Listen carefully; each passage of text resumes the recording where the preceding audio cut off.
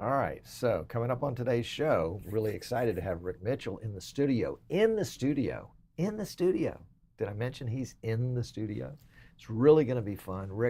It's a longtime friend, longtime vMix user, one of the good guys. So hang around. We'll be back in just a minute with that show.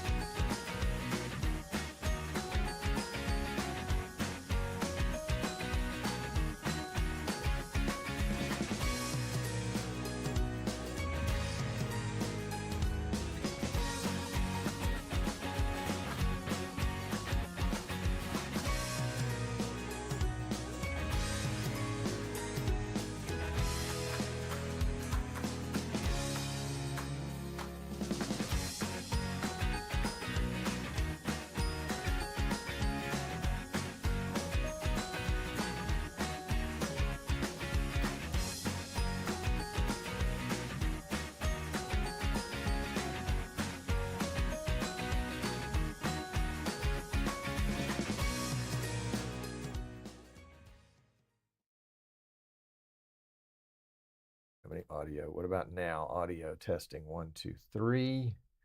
Got that. Rick, how about some testing? Audio? 5, 4, 6, 7, 8. There we go. All right. Awesome. Awesome. Got that. Also got this shot of you, Rick. That's in preview right now. Let me go ahead and switch that screen back over to output so you can see whatever's live. So that would be a live shot of you. I've also got this shot, and I didn't quite finish it up, but we can put whatever we want to in the big picture there. If you want to talk about anything in particular, or we may just switch to that one from this one. Yeah. Okay. All right. Good. TKDS Sports made it on time. Well done. Well done. We used to have a joke that anybody that was late had to provide snacks in the post show. And so it ended up being like, what was it? Nuts and lemonade or something like that. I don't remember. And then who was it? Somebody brought nuts to the vMix, to the Streaming Idiots live on the floor of NAB. That was great. That was funny. And of course, the NAB concessionaire says no outside food. Yes, that's right. That's right. Well, he smuggled it. Well, it was mixed nuts, and they wanted to charge something like $60 a pound. Yeah. For that stuff. I was amazed. I was amazed.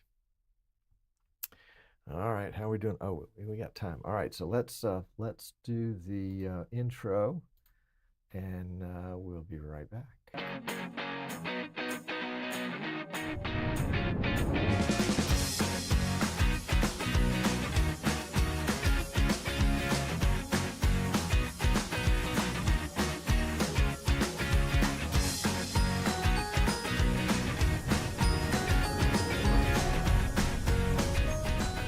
All right, well, another show. I'm Tom Sinclair. This is Streaming Idiots. Delighted to have a special guest in the studio. Actually, second time he's visited the studio. First time on air. First time on air. You're not quite live yet, Rick. Let me introduce you first. He's raring to go. He's raring to go. Rick Mitchell has been a long-time vMix guy for 5 or 6 years. 2019, I think he said he first bumped into vMix.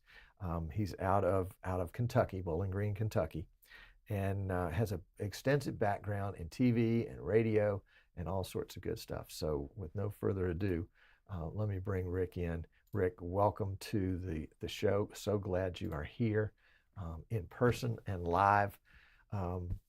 You sent me a message, what was it? I guess last week or the week before. Well, I owed you lunch. You owed me lunch. Yes. Okay. That's what everybody says. And he still hasn't paid me. He still hasn't taken me to lunch. Au contraire. Au contraire. Oh, okay. Well, nevertheless, this is lunch. I said, you can either come Thursday and we have lunch, or you can come Wednesday and be on the show. And he said, Okay, twist my arm. Talked me into it. That's right. That's right. So, Rick, you have been a vMix guy, you said, since 2019, because of something to do with a TV station. Tell me that story. I was chief engineer of a low-power TV station in Bowling Green, part of a triple threat, a newspaper which also owned a radio station, which then owned a low-power TV station, and they were all headquartered on two sides of the street in Bowling Green. And a good friend of mine, who is now the publisher of the paper from a different company that owns it now, asked me to come help him with some things, and I ended up doing a lot of work for him. And we started talking about how to do live TV and production. They already had multimedia journalists, which would go out and cover stories and edit them, but the idea was to have a daily newscast and other things. And so I started looking around for production equipment and things. Someone had provided Joe Emmel a bid with some ATEM minis and some bird dog cameras and sandbags, and mostly for the radio station to start off with for their morning show. And I said, that doesn't look like the best possible thing. So I started looking around, and I found all these people talking about this software called vMix. I thought that looks pretty interesting. And I started looking for people around where I was who knew something about it. And I made some cold emails to some people, and nobody responded. And then I just saw in a database somewhere that there's some crazy guy named Tom Sinclair who happens to be in Eastern Shore, Alabama, in Fairhope. And my wife and I and some friends, Mike and Sharon, were coming down to Orange Beach for October. And I called Tom up, and he said, sure, you can stop by. And so Mike and I did, and this was when the studio was a little different, and it's been turned 90 degrees. And I sat on to the side with Mike, and we watched Tom produce a show. Oh, were you here for the live show? We were here for the live show. Oh, I didn't remember that. Yeah, because you were over there, yeah, and then you put it on pause, and then you grabbed your X-Key 80s with the long USB cord and walked over here to here, and which was green then, and sat on a chair and did your show for the rest of the time. And that's what Rick looks like today. That's the other part of the studio. So just the green screen. Yeah. The background is the background. Tell me a little bit about the background. Okay, the background. Your background. Background here. This is my church system. Okay. And if you want to bring it up full screen, I can explain a little bit about what it has. Yeah, let me see if I can figure out a way to do that. You keep talking. We have a vMix machine that I didn't buy from Tom, but it was what I could get during COVID, because for some reason something happened in 2020, and yeah, really. We had to quit having services. And I'd already been using cameras for the radio station and vMix, which is a complete other story, but I'd go on Friday afternoon and borrow the cameras and set them up in church, and Sunday afternoon take them back. And we never missed a Sunday streaming along the way. We started off with just my wife's laptop with not a pirate, but a trial copy of vMix. And then we got to my laptop, and then we bought a machine and bought a 4K version of it to go on there. And we were setting up, a traditional church has the aisle down the middle, and we were right at the first pew, and the cameras to either side. So we do that, and I said, we may move out of here, may let people come back, but we're not going to give up this spot because it's perfect. So the choir can go around, but the crucifer has to plant the cross and pole vault over us. It never happened. We got moved out, which was really good. But what we have here, you don't see the computer, which is sitting down underneath the desk, but I've got a couple of X-Key 80s. The one on the left has camera control and some other things. The one on the right has lots of presets. My monitor there shows my vMix system. And then I've got another monitor sitting above that, which is just my multi-view for preview and program and the cameras. And then the one on the side of it is the program monitor, and then over to the right is a graphics computer. We don't use lower thirds, we use right thirds, and that makes it a little easier to read, especially on a small screen. And it started off my wife and I, she'd do the graphics and I'd do the switching, and it's still us most of the time. We have a couple of volunteers which do come and help. Maybe we can get some more. Maybe somebody will watch this show and say, I need the help. That's right. Well, I tell you what, I grew up as an Episcopalian, and so I know very well, and I've served on vestries and things like that. So I know very well if you volunteer for a position in a church, or if you get appointed by the rector, there are only two ways to get out of it: die, or move to another church, and even then they may call you. Yeah. Well, I've been going to that church for 46 years or so, so I think I'm kind of happy there. Now, back to the TV station for a second. Actually, let's go back to that. Go back further and go back to 1978. So you were, still wet behind the ears. Sort of wet behind the ears. I was in broadcasting. I'd been in it full time since 1973, with a few exceptions. And 1978, I got laid off from a radio station that I was chief engineer of. Budget cuts. Sometimes they're the bane of people's lives. Sometimes they're doors that you can go through. So I went and spent my severance paycheck at Radio Shack and bought my first computer and came home and programmed it to tell my girlfriend at the time, Linda, said, I love you, Linda, over and over and over again. She said, okay. So within a little while, I was back working in radio, but I still was doing things, consulting. I got married in a suit that I bought consulting in 1980. And in 1983, another budget cut at another radio station came along. So I went into consulting again, more directly and more hungrily. That's the word. Highly motivated. And then went to work for Radio Shack Computer Center after that. And I didn't get laid off from Radio Shack. I got the bug to actually go because people were paying me to fly somewhere and do some work, to quit my job and stay home.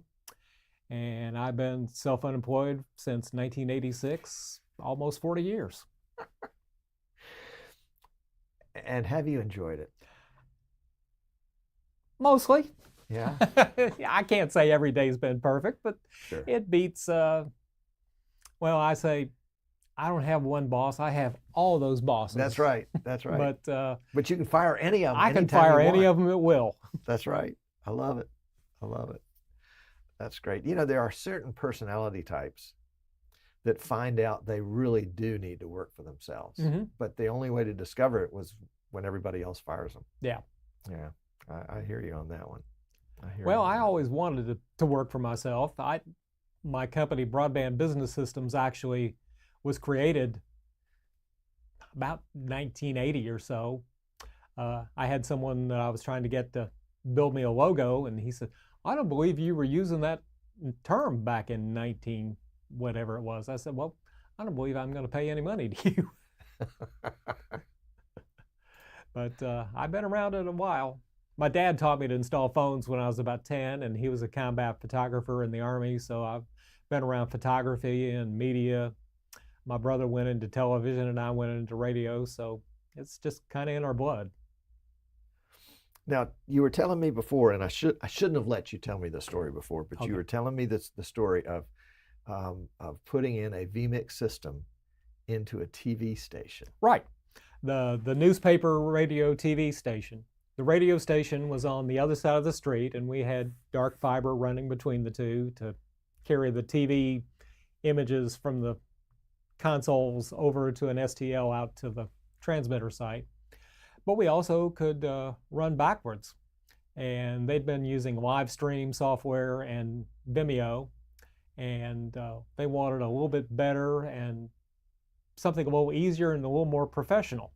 So the first machine that I bought from Tom and a couple of PTZ Gen 2 NDI machines, we put the vMix machine on one side of the street, and we put the cameras on the other side of the street, and we had Dante Audio taking it out of the distribution amp and coming into the vMix machine.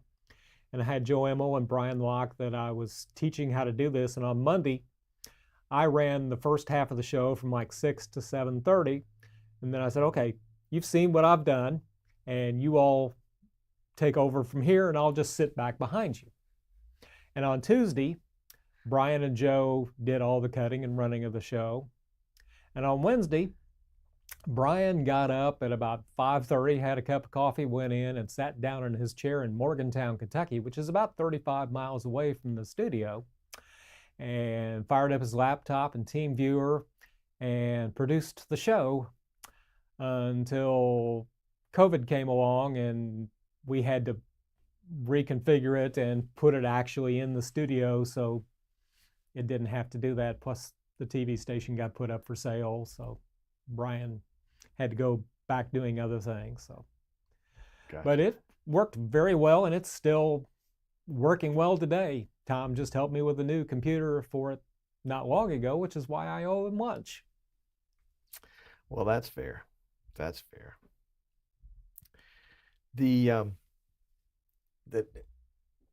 So you guys were using dark fiber, and you had that. You were already using that.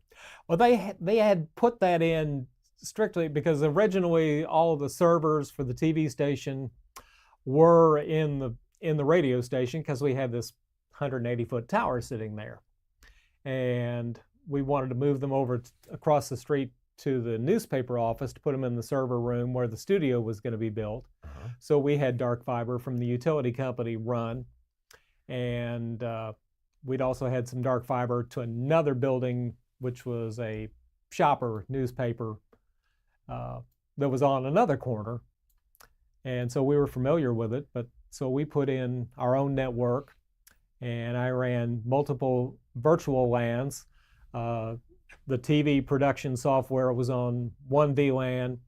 The servers output into an encoder, which went out on another VLAN back across the fiber, so it wouldn't interfere with it. And then we could run some other data as well on various things, and have Cisco 2960 switches on either side and media converters, and everything just ran really solidly. Amazing. Amazing. So you guys weren't using NDI? Yeah, we were. You were using? Okay. Yeah, we were using NDI because it went across that just fine. Okay. As a matter of fact, the PTZ optics cameras came defaulting on 192.168.100.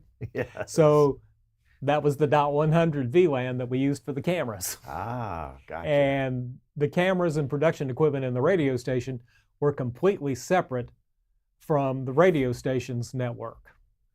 I mean, we took our IP from across the street at the radio station, had our router there, or at the TVs, or at the newspaper, had our router there, fed the multiple VLANs, and then the fiber over across the street. So cool. And they're still separate. All right. So with that background, are you familiar at all with the new OMT? I have seen some things about it. I'm looking forward one of these days to getting to play with it. Okay. Okay. I just haven't had a chance to download actually, I don't have a spare machine to use to put the new version of 29 on. So. Right. I was talking to my good friend, Dr. Tom Eagle, actually yesterday, about OMT and about some of what I think the backstory is on it. And this is purely imagination on my part. I don't have a single fact to prove this, but Martin Sinclair, the developer of vMix, was working on something like OMT like 9 years ago, 2016, maybe probably before that. And then NewTek introduced NDI. Yeah. Dr. Andrew Cross, who was then the president of NewTek, and a friend or colleague of Martin Sinclair, they had, collaborated to the point where Martin said, well, I'm going to put my work on hold while you go ahead and finish up NDI. And vMix was the very first product to incorporate NDI. 2016, in March, it was introduced at NAB. And then, maybe 2 years ago, maybe 3 now, Dr. Cross left NewTek, went to Grass Valley. And in my mind, that meant that NDI didn't have a champion anymore at NewTek. It just became another product. And it was a product that probably, requires a license in anything that uses it, unless it's a bird dog where they created their own. But I think Martin Sinclair has looked 2 or 3 years down the road and said, NDI is going to fall on hard times because it doesn't have a champion at NewTek. In the same way the Wirecast fell on hard times because it didn't have a champion at whatever the company is that owns Wirecast now. It's changed hands a few times. And I think Martin has said, we're gonna fix a problem that hasn't even occurred yet. And he does that a lot. And so he's created this OMT, and one of the projects that we will do here soon, as soon as I can get some spare time to do it, is to get that little teeny computer. What do they call those little things?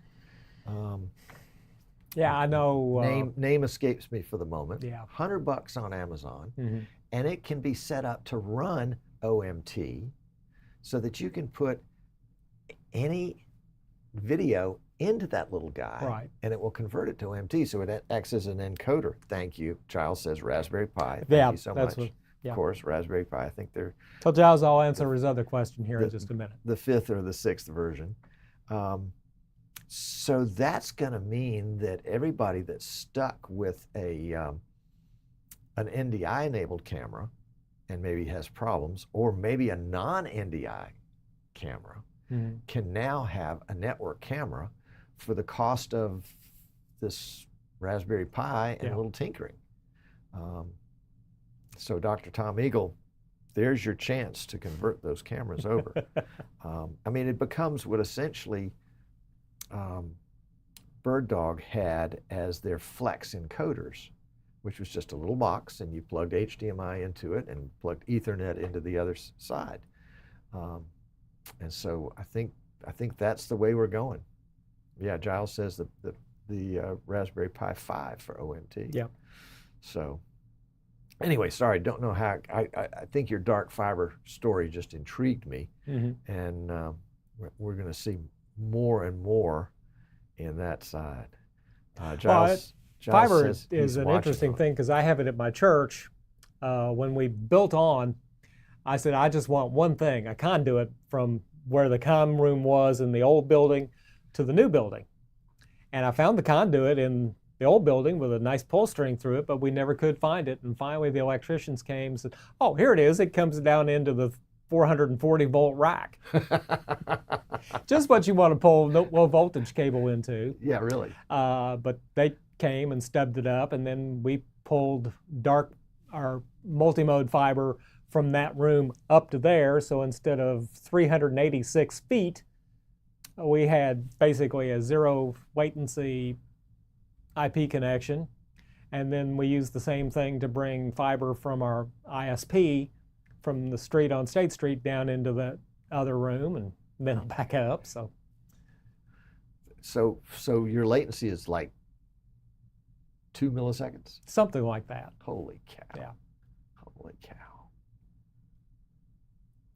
You know, it's funny to hear you talk about that, and then I talked to somebody 2 days ago that was having some difficulty with vMix, and he was streaming, and the little stream button was turning orange, and we talked about, you know, internet speed, and he was assuming that since he had 100 megs down, that he could use all 100 megs down for his stream.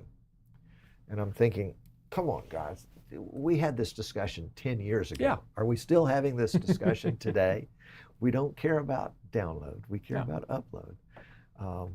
But yeah, crazy. I just have a 50 by 50 symmetrical, and most of the time when I have problems, it's because I've got something else, too many inputs open on the vMix, or something chatting too much on the network. Right. But by and large, it's very, very solid. Now, your network at the church, is that a 10 gig network? It's just a 1 gig right 1 gig. now. Okay. Okay.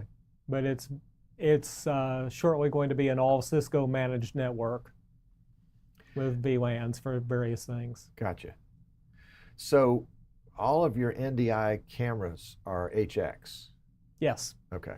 So you're not really worried about bottlenecking your No. network there. Because I've got Gen 2s and I've got Move SEs. I've got, not SEs, I've got Move 4Ks, three of those. Right. And then still the 2 Gen 2s that I got from you. And of course, the 2 Gen 2s that I got from you, one was gray and one was white. And what drove the ability to get the 4Ks was the color committee said, why is one of those cameras different? And he said, well, my priest said, go ahead and get 2 new ones. I said, can I have 3? So I got 2 30Xs and a 20X. And the 20X is my basically, in our church, the old section has an arch which comes up like this between the old, and the Move 4K 30s are mounted right here facing each other. Okay. So they can go this way or they can go this way. Right. And so I can sit there and see every part of the building from there. Wow. And then the Move 20 is sitting here. It can only go towards the new section. Right. And then I took one of the old Gen 2s, the black one, and set it up above the altar, above in a window. So I have an altar camera that looks down. I just need it to stick out a little further so I can actually have it go straight down and see the altar itself. But I can follow the choir up or now anything. You have a habit of mounting cameras in kind of odd locations. Yes. We've got a little shot here of, I guess this is your studio. This is my personal studio. The monitor up top is not the best way, but it's when we had an apartment in New York when the grandkids lived up there. I'd bought a 4K from Micro Center and I brought it back home with me and mounted it up there to replace an old 1080. And then what I had done at the church was I got that cast iron gas pipe, inch wide, and I had a flange mounted to a piece of wood, and it came up, and that Samsung monitor, which is curved, no, that's not it. The one at church was the curved one. Sorry. But it's mounted on that. And at church, I had 2 10-inch monitors going side by side.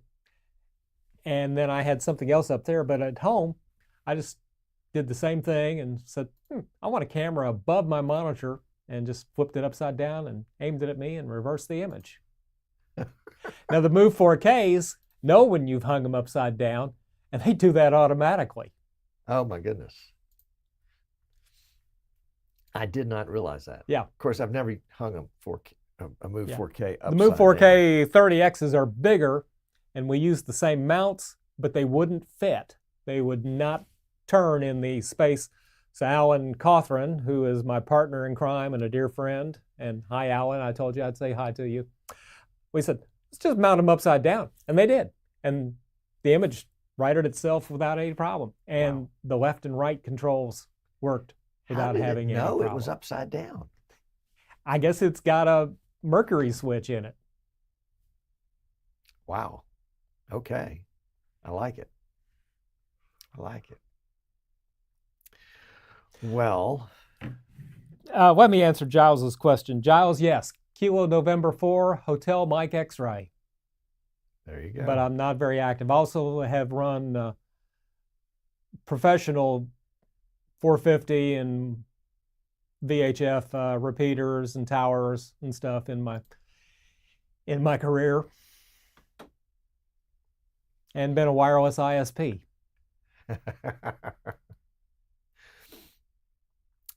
Well, let's move to the post show. But Rick, officially as a part of the show, I want to thank you for making the trip from Kentucky down here just for this show. This is the only reason I came. I don't go to the beach. I don't go out and eat. Well, I did go to the beach this morning, but this is one of the highlights of my trip down here, definitely. Oh, you're funny. You are funny. Okay, we'll be right back after the closing. Thank you, Martin K, for that. And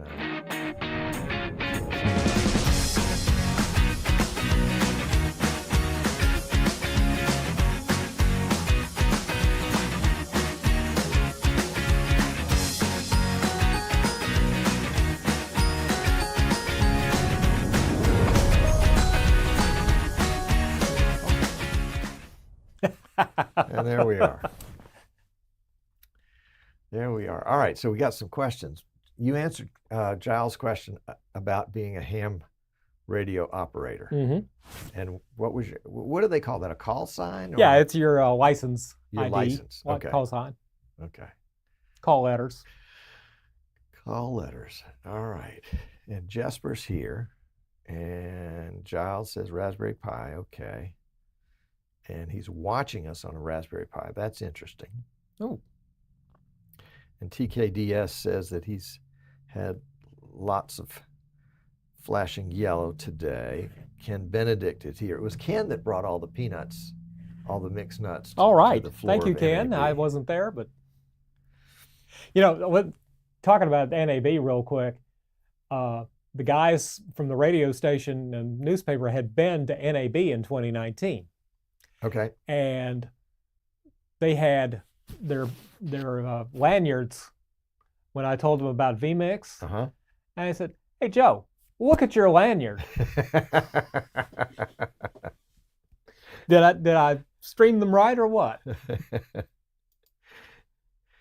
Yeah, and it's funny about that. Nobody else wanted the lanyard that one year, and vMix got it, and I think they still have it. Yeah. That's a biggie. That's a biggie. I got to meet Tim 2 years ago in New York. Aha. And also Paul from PTZ Optics. Yep. Oh, that's cool. That's cool. Let's see. I'm looking for something here real quick. Can I see? Is that it? Yeah, that's it. Let's do this. There we go. Now we're official with a post show. All right, let's see. Otis is here. Giles has given you his license key as call sign. Mm-hmm. All right. So, Rick, what do you want to do next? What do you have on the horizon? I'm not real sure. I'm trying to teach myself how to use dynamic variables. And I saw a thing on John Mahoney's show the other day where it came down, and this is probably a while back, where the host came down and put one of the That was Friday. slots. It was? Yeah. Okay. Yeah. So I thought it was a while back. You're up with the latest. Yeah. And so I'm trying to figure out how to do that and wrap my brain around it. I've been a programmer for years in COBOL language and databases. So I'm understanding move this into that. Right. So I want to have it so I can bump somebody down and move everybody else to the left. Right. I just haven't quite gotten all my hands around that yet. I did figure out how to, at the radio station, I haven't implemented it yet, but when they're streaming, I can use the output to the Bird Dog Play, which is up on the wall for their conferences monitor, and say, streaming, and over here, recording. So they can see it, but nobody else could. Right. Right. Oh, that's good. That's good. Yeah, it's funny, the little things that make a huge difference that sometimes are hard to do. Yeah. Yeah. I also have one other project. We have a set of a prelude, which you're familiar with, because that's where everybody talks. All the kids do. And then we have bells. Well, I recorded the bells live one time for 10 a.m. and then I went and cut about 3/4 of a second between peals. And that's fine most of the time until you get a kid goes bang, bang, bang, bang, bang, and they're finished live long before my recording is.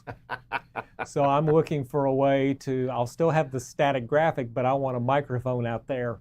And Jeff Keithley's new Dante mic preamp sounds interesting to me. Oh, yeah. Because I can run a piece of Cat 5 out there very easily. Right. And just get a little bird-proof box for the microphone. Love it. I love it. I love it. There are so many different ways to do so many different things now that, 10 years ago, back in 2013, when I started this show, we were trying to find cards that we could put inside of PCs to capture video. Mm-hmm. And Osprey had a 4-port video capture card that was standard definition, that was $1,000. Yeah. And that was just a bridge too far. Yeah. And I remember going through eBay to find anything I could that would fit inside a PC that would capture video. And there were all sorts of frame grabbers and other things that grabbed pictures at 30 frames a second or 60 frames a second, but they just wouldn't cut it. And I ended up with a whole closet full of these cards. I remember doing a show, I think I called it the Capture Card Graveyard, of all the cards that we tried over the years. And finally, I forget who was it, somebody came out with a 4-port HDMI card for what was essentially, I thought, pennies on the dollar, and it was like, we have arrived. And now, I'm buying 4-port SDI cards, off-brand, mm-hmm. for $200. Yeah. Holy cow, my gosh. So one of the things I did was I have a whole bunch of videotapes. And I had a little USB with CVBS input and audio, and I plugged my VHS player into that, and I plugged it into the machine, and I told vMix to record. And so I digitized all my tapes. And then I wanted a way to figure out what was going on, so I went back and I'd start the thing and it'd put it in play for about a second and then go back to preview, and when it was in play it would record a screenshot. And so by the time then I took all those screenshots and threw them in, it also had a time code on the screen, so I could scrub through it and see where I was and say, okay, that's my daughter, I want to go to that part on the real video. Cool. And I also did that with FireWire from my 8mm camcorder. FireWire, boy, I haven't heard anybody say that in forever. And I've got 16 FireWire microphone preamps, two 8-port units that my brother gave me. Oh, got it. Catching dust. Yep. Catching dust. Yes. Yes. I also used something I saw on vMix once to do for Easter. I did a stained glass on the east side of the church, completely dark, and every 30 seconds grab a frame, and got the sunrise on Easter morning. Well, I premiered it on Easter morning. It was actually shot a few days before that. Oh, that's great. And it was the prelude to our Easter show. Oh, that's cool. Great idea. All right, Giles is saying, was that the StarTech USB 4-port card? I think I still have one of those in my original vMix box. Still works all these years. Good recommendation by you. Yeah, the reason, I remember talking about that, Giles, calling it the poor man's capture card, because basically it was a card. It wasn't a capture card, it was a USB card, but each port had its own controller so that you could load it up with those little USB dongles, mm-hmm. And put 4 cameras into a system using that. Yeah. And if you wanted to, you could use those $25 Amazon dongles. That was good stuff. And TKDS Sports Network says, Tom, how's the 2U system coming? And how about your site? The 2U system is sitting right over there to Rick's left. Right here. Right there. And we probably need to take some pictures of it and put it on our website, which is going to come back out.